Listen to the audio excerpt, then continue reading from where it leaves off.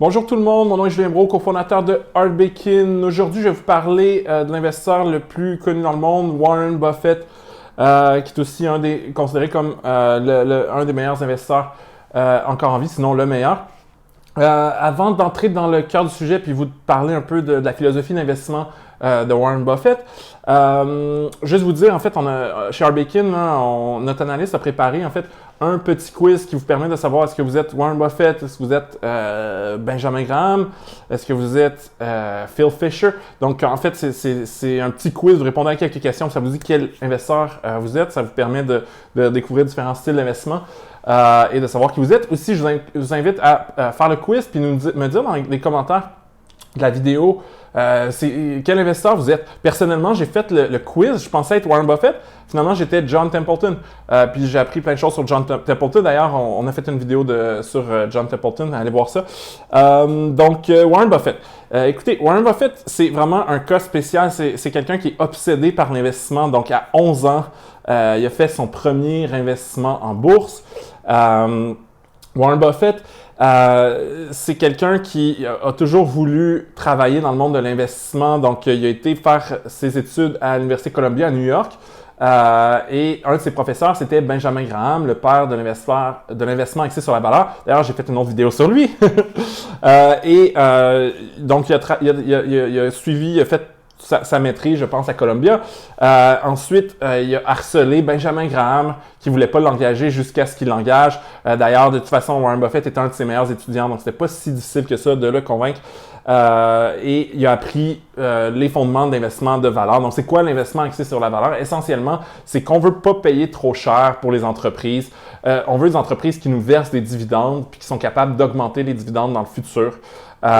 Donc ça, c'est la base d'investissement valeur. Par contre, il y a des petites différences entre l'investissement axé sur la valeur inventé par Benjamin Graham, qui est vraiment très axé sur l'augmentation du dividende et sur combien on paye pour l'entreprise et qui est beaucoup axé aussi sur c'est quoi la valeur au livre d'entreprise. Donc, si ça ne marche pas, si l'entreprise se met à faire des déficits, est-ce qu'on peut vendre les actifs et rentrer dans notre argent? Pour Warren Buffett, il est parti au début de sa carrière et il investissait comme ça. D'ailleurs, pour la petite histoire, Berkshire Hathaway, qui est l'entreprise de type holding, de conglomérat en français, qui est dirigé par Warren Buffett, qui est son véhicule d'investissement. Ça vient d'où ce nom-là? Pourquoi ça ne s'appelle pas Warren Buffett Partnership ou quoi que ce soit? Ben, en fait, Berkshire Hathaway est autant la plus grande réussite de Warren Buffett et son pire échec. Et souvent, en fait, Berkshire Hathaway est une compagnie dans le secteur des vêtements et que Warren Buffett avait acheté parce qu'il était pas cher. Et à mesure que son prix descendait, Warren Buffett a acheté de plus en plus d'actions jusqu'à ce qu'il prennent le contrôle et achètent en entier cette compagnie-là. Et Warren Buffett le répète souvent, acheter Berkshire Hathaway, donc la compagnie de vêtements. Aujourd'hui, il n'y a plus de compagnie de vêtements, c'est juste la coquille de holding. C'était sa pire erreur. Il a perdu beaucoup d'argent, puis s'il n'avait pas acheté Berkshire Hathaway, puis c'était un autre coquille avec lequel il investissait, ça serait encore beaucoup plus gros.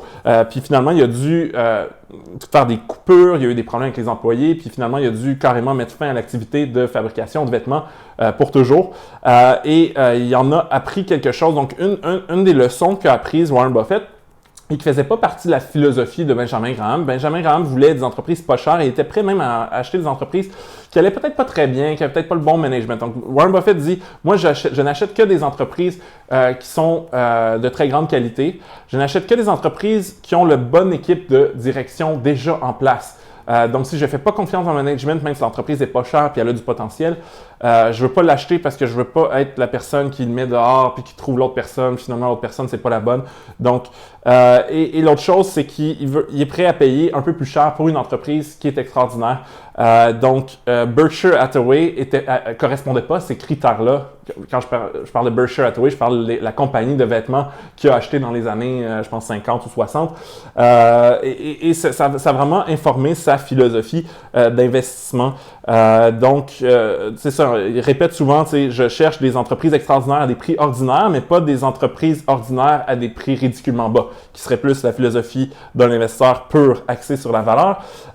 Parmi les investissements de Warren Buffett, on note une entreprise comme Coca-Cola, par exemple. Puis allons voir Coca-Cola, symbole boursier KO. Sinon, ben, pas MO, KO, est-ce qu'on va le trouver par symbole boursier? Coca-Cola. Si on regarde un ratio court-bénéfice de 20 ou 19,46, on estime qu'un ratio court-bénéfice qui est relativement bas, il serait entre 10 et 15. Si on regarde, donc on paye assez cher et Warren Buffett est content de garder un investissement pendant des décennies, donc très très longtemps, et est prêt à avoir un actif qui est peut-être un peu cher dans son portefeuille, parce que c'est une compagnie extraordinaire qui a des avantages. Un autre critère aussi qui est spécifique à Warren Buffett, c'est qu'il dit je veux acheter des entreprises qui pourraient être dirigées par des idiots, même s'il veut un gestionnaire intelligent, mais il veut un gestionnaire intelligent qui dirige une entreprise qui pourrait être dirigée par un idiot, parce qu'éventuellement, il va y avoir un idiot qui va se retrouver à la tête de l'entreprise et je ne veux pas perdre mon argent. Donc, Coca-Cola, c'est très facile à comprendre. On en fait de l'embouteillage de boissons sucrées. Un autre investissement de Warren Buffett, c'est Bank of America. Donc, peut-être un peu plus complexe quand même. Je ne sais pas si un idiot pourrait diriger Bank of America. Par contre, Warren Buffett, il a une maîtrise en finance. Il comprend très très bien comment fonctionne Bank of America. Je ne sais pas si ça correspond aux critères, ça peut être dirigé par un idiot. Là, on paye beaucoup moins cher. Donc, on est à 9,36. Donc là, on retrouve pourquoi c'est un investisseur valeur. Le ratio court-bénéfice est très bon. On paye 9 fois les profits. Marge de profit très élevée à 32%. Un beau taux de distribution à 3%. Les analystes disent conserver. Donc là, on est vraiment dans un type typiquement valeur. Warren Buffett qui investit très peu en tech. Et un de ses critères, il y a quelques titres en tech, dont IBM, dans lequel il investit, c'est une entreprise qui est profitable et qui verse du dividende depuis quand même longtemps. Donc, pendant longtemps, Apple ne versait pas de dividende. Warren Buffett ne voulait pas y toucher. Et il l'a dit, il a manqué Amazon, il a manqué plein d'entreprises très intéressantes, mais il n'était pas prêt à payer les valorisations de ces compagnies-là. Donc, Apple a un ratio court-bénéfice de 23 en ce moment, un taux de distribution, un taux de dividende de 1%. Donc, c'est quand même un peu cher, mais on ne parle pas de ratio comme ceux d'Amazon, où c'est plus de 100. On paye plus de 100 fois les profits. Donc, Warren Buffett est un investisseur de valeur qui est prêt à payer un peu plus cher quand même, mais pas trop cher pour des entreprises qui sont dominantes.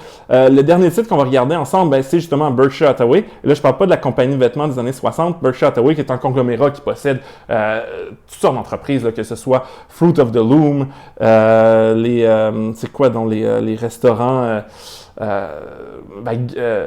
y a Gecko, la compagnie d'assurance, ils sont très très forts en assurance. En fait, c'est un conglomérat hyper diversifié. Berkshire, je l'avais ici. Berkshire Hathaway. Boom.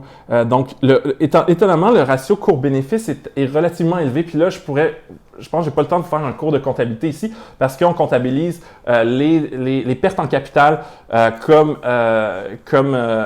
une perte de profit. Et là, le marché a baissé. Donc, ça fait comme si l'entreprise faisait peu de profit. En fait, elle fait beaucoup de profit sur une base de flux de trésorerie. Warren Buffett est furieux par rapport aux normes comptables.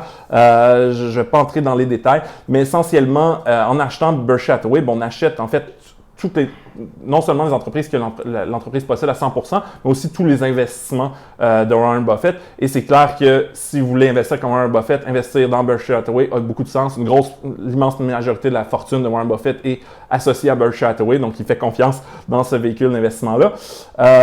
Donc, c'est à peu près tout ce que je voulais vous dire sur Warren Buffett. Si vous voulez savoir si vous êtes Warren Buffett ou un autre investisseur célèbre, faites notre quiz. Dites-moi qui vous êtes dans les commentaires. Aussi, si vous voulez investir mieux, prendre des meilleures décisions financières, avoir accès à toutes les données financières du marché, je vous invite à télécharger Arbacon. En plus, on a une super offre. Si vous utilisez le code promotionnel Vidéo10, vous avez 10% de rabais à l'abonnement à Arbacon Premium. Donc sur ce, je vous souhaite une bonne journée. Au revoir.